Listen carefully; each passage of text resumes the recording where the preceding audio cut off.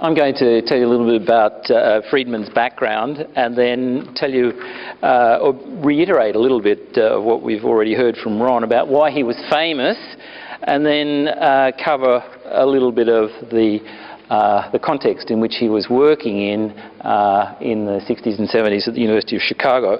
There is a tremendous amount of material around on Milton Friedman in the public domain.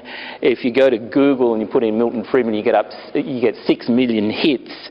There's a tremendous amount that is out there. One very good starting point is the autobiography by Milton and his wife Rose, Two Lucky People. That's a very readable and, as far as I can see, accurate account of his life and times. He was an extraordinarily successful academic. I'll have some more to say about that in a little while. But one metric of judging success in academia is citations. Citations is the currency of academia when people refer to your work. And Milton Friedman has more than 80,000 citations, which translates into absolutely off the scale in terms of how a regular academic's record might look. Friedman was born in 1912 to Hungarian and Ukraine immigrants who arrived with nothing in the US in the early 1900s, and Friedman went on to, from that background, to become one of the most influential economists ever. And he succeeded because of his sheer intellect, his hard work, and his commitment to scholarly values. He certainly believed that economics was a science. He believed that economics had at least as much predictive power as the so-called hard sciences. And what he is famous for, it's quite a long list. Probably the first thing that he was famous for is the monetary history of the United States, which, amongst other things, covers the experience of the Great Depression, 1929 into the 30s in the US. The Great Depression he calls the Great Contraction. He points the finger at the central bank, the US central bank, the Federal Reserve System, as contracting the money supply, and if not bringing on, certainly worsening the Great Depression. As Ron earlier mentioned, he's also famous for his work on the consumption function that had the idea that consumption is not based on current income but permanent income, and that was part of his counter to the then reigning Keynesian economics. He is also famous for the quantity theory of money. Inflation is always and everywhere a monetary phenomenon. Monetary policy and monetarism, again, as Ron mentioned, the constant rate of growth of the money supply rule was designed to put central banks out of business, replace them with computers, as we heard. Also on the macroeconomic front, he's very, very famous for the non-relationship between inflation and unemployment. If you jack up inflation, you don't reduce unemployment over the longer term. All you're left with is higher inflation, and unemployment stays more or less where it is, determined by frictional search, by unemployment benefits, by demography, and all of these sorts of things determine everything but the rate of inflation. So that's the so-called vertical Phillips curve. Flexible exchange rates, he advocated in the 50s when it was certainly out of fashion. The all-volunteer army, Friedman likened conscription to slavery. And he was very, very successful in getting rid of the draft in the US. School vouchers, that breaks the nexus between government funding of schools and the government provision of educational services, governments running schools, the legalisation of drugs and prostitution, the role of business. The role of business is to increase profits. The role of business is to increase profits, nothing else. The social responsibility of business is to make money. That leads to lower prices for consumers, innovation, new products, and a dynamic, growing economy. Forget about these fashionable ideas of the social license to operate and all of these sorts of things, according to Milton Friedman. More generally, he advocated the role of markets in organising economic life, the limitations of government, and not only was he a very, very influential academic economist, he's a very influential public intellectual in the current debate as a Newsweek columnist and as a political advisor. Here's Milton Friedman. Now, here's a question for the students here. Obviously, we've got Milton Friedman on the left, but the question for the students is, who are these other two gentlemen? Gentlemen, perhaps in inverted commas, for at least one of them. Who can answer me this question? Who is the gentleman in the middle? Right, President Richard Nixon. And bonus points, who's this person on the right? Hint, was a central banker. We can think about that one. Arthur Burns is the answer. Yeah, Arthur Burns. Okay, here's my psychoanalysis of Milton Friedman. 10 characteristics of Milton Friedman. And why he was so good. First reason why he's so good is he was brilliant, plain and simple.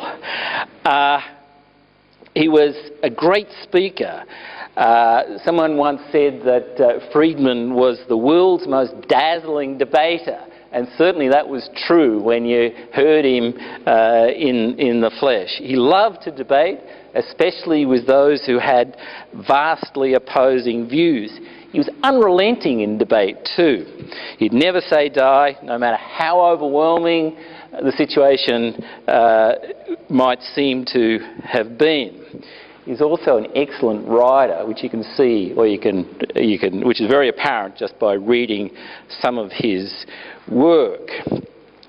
He was a supremely confident and feisty man, and he's supremely confident. He wasn't a tall man. He is Milton Friedman, and he is George Stigler. He is University of Chicago, long-standing University of Chicago colleague. So he wasn't a tall man, but he was willing and able to talk convincingly on just about anything you like. He's a risk-taker.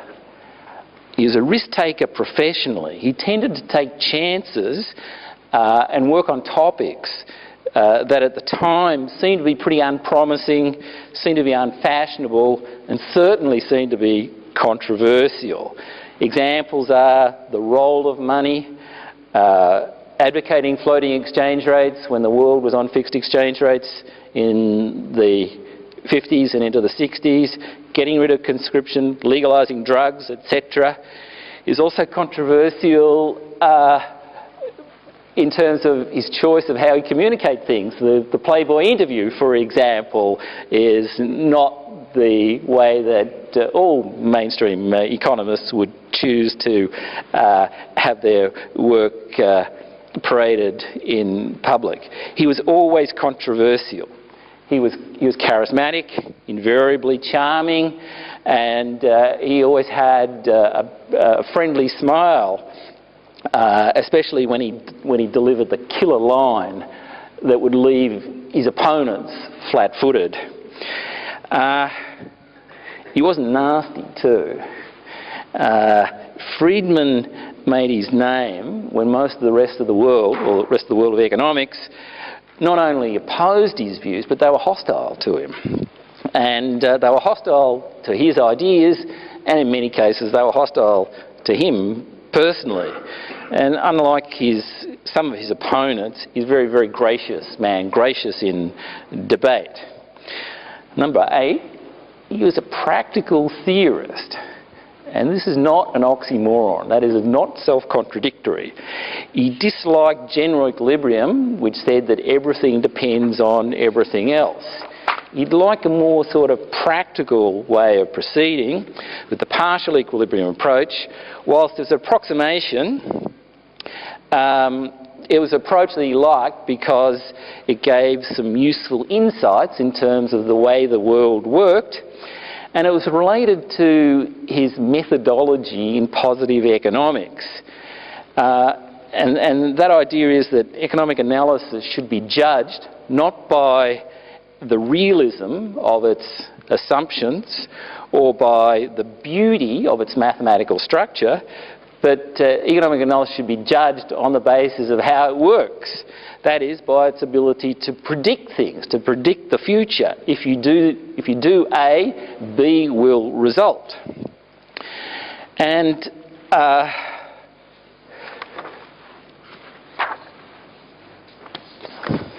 I said a couple of moments ago, he is a risk taker. Of course, risk taking means sometimes some big ideas come off, other times some big ideas fail. And Milton wasn't immune from some of these big ideas failing also. Harry Markowitz, who is the father, or one of the father of modern portfolio theory, he invented all of that in his thesis at the University of Chicago as a PhD student.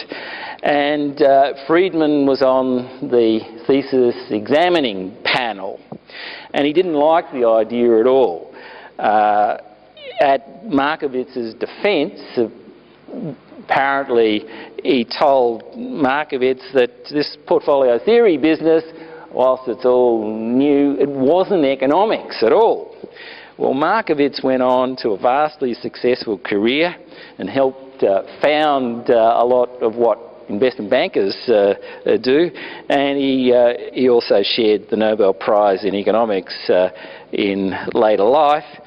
And I'm sure that Milton subsequently would have changed his mind on the economic content of modern portfolio theory. So he had some failures along with some successes. Item number 9, he was very energetic and a very hard worker, and there's this old saying, there's no such thing as a free lunch. This is a good economic proposition that emphasises the importance of opportunity cost. When we do something, we don't do something else. And it was probably a good personal motto for Milton Friedman: hard work leads to success. And finally, he was committed to his university, the University of Chicago, and I'll have a little bit more to say about that in a minute. But before I turn to that, let me just tell you a little bit about Friedman as a teacher in the classroom at the University of Chicago. He taught price theory there to PhD students, and price theory is microeconomics. And he had two courses, and those courses revolved around a sophisticated rendition of demand and supply. And he used many applied problems to teach basic theory, newspaper articles in particular, whereby lectures would start off with an article from today's Wall Street Journal, for example. He'd welcome very challenging questions from students, but at the same time he didn't stand for any silliness. And he'd say so in no uncertain terms. He wasn't a new age type of teacher in which whereby all students have good ideas and should be encouraged. Friedman wanted to stamp out bad ideas, and he wanted to promote good ones, plain and simple. One thing that was very, very interesting was that he was never, ever political in the classroom and never ideological. It was about economics as science. And that, no doubt, was part of the reason why he made such a success in academic economics. In addition to being the public figure, the two were separated to a large extent. If he did try to be political, if he did try to be ideological in the classroom, he wouldn't have had any students, and he would have been a failure. He would have been judged to be a failure if he didn't attract any students at the University of Chicago. He's a very successful teacher, and some of his students became world-leading economists themselves. Examples are Gary Becker, who was the gentleman who was trying to interview Milton Friedman on that DVD that we saw before, Eugene Farmer, Arnold Harberger, Robert Lucas, Sherwin Rosen. They were all Friedman students. In short, Friedman in the classroom was a very exciting lecturer and a very clear one.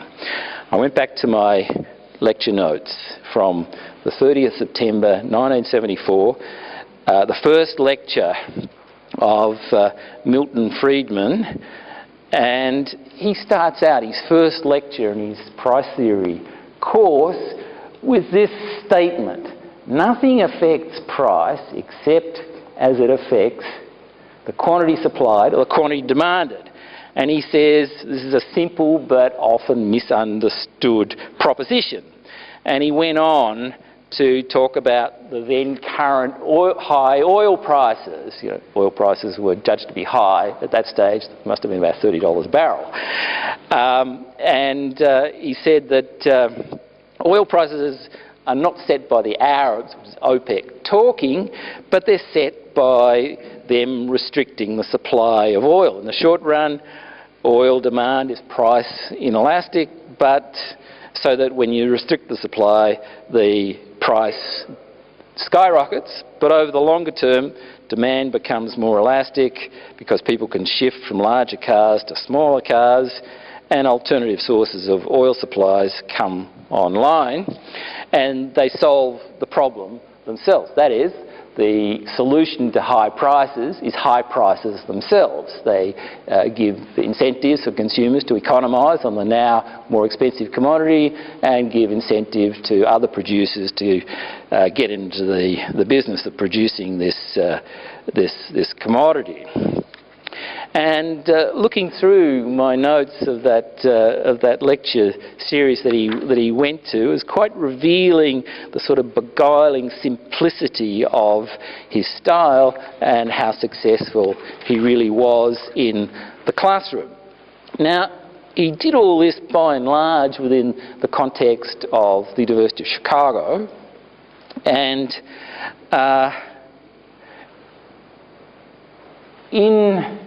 so here's a picture of the University of Chicago, and the University of Chicago isn't particularly famous for its buildings, actually. It's very famous for its professors.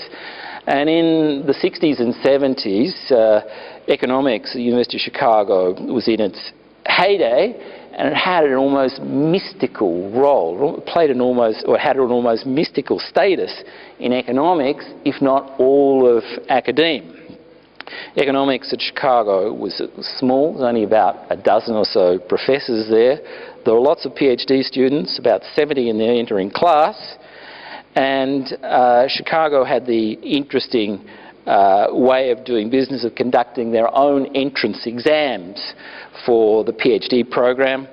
After the first year of studies, many students failed and didn't continue on with their studies, so it was a very intense and competitive environment.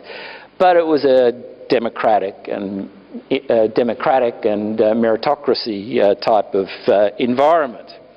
So this is the environment that Milton Friedman thrived in. Chicago welcomed all with ideas, all with talent, and all who wanted to do economics. And in contrast to some of its other prominent competitors in earlier years in the 20th century, there was no anti-Semitism at Chicago at all. It welcomed diversity of views, and all of the professors at Chicago were world leaders in their particular fields in economics, and certainly on top of their game. So Milton Friedman was never the chairman of the economics department at Chicago, which is the head of the economics department. One of the professors there explained to me that didn't happen because he was always too controversial to be chairman of economics. But it was true that his mark was there everywhere to be seen. In terms of the good teaching at Chicago, all of the professors there, they all taught hard, And they all excelled in the classroom. There was emphasis on research at the highest and the most penetrating level. All ideas had to be vigorously tested and defended, and there was maximum availability of staff to students for teaching and advising on research. So there's very limited consulting sort of activity that went on at the University of Chicago. And this was all really had Milton Friedman's fingerprints all over it. It was the environment that produced the Chicago School of Economics that went on to dominate economics. Important part of public policy, important parts of public policy with regard to economics, and public understanding of economics. And this was the environment that produced all of those Nobel Prizes in economics. Friedman got his Nobel Prize in 1976, then was Theodore Schultz, then was George Stigler, then Merton Miller, Ronald Coase, Gary Becker, Robert Fogel, Robert Lucas and James Heckman. Very impressive team of Chicagoans that all came out of that time that Milton Friedman was so active and so leading the Chicago school. There were, of course, other Chicagoans who should have got the Nobel Prize, but won't, and there are Chicagoans who surely will get the Nobel Prize in the future. So arguably, this environment that Milton Friedman was working in, the University of Chicago, really conquered the world of economics.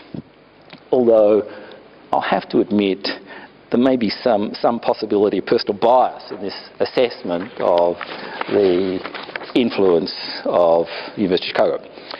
Milton Friedman was certainly a great economist who changed the world for the better. His legacy will live on through his ideas and through his influence.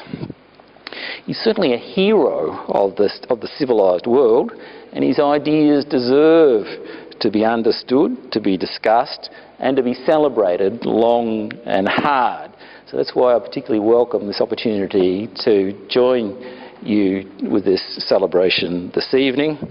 And let me close with some current policy issues for discussion that Milton Friedman might have something interesting to say about.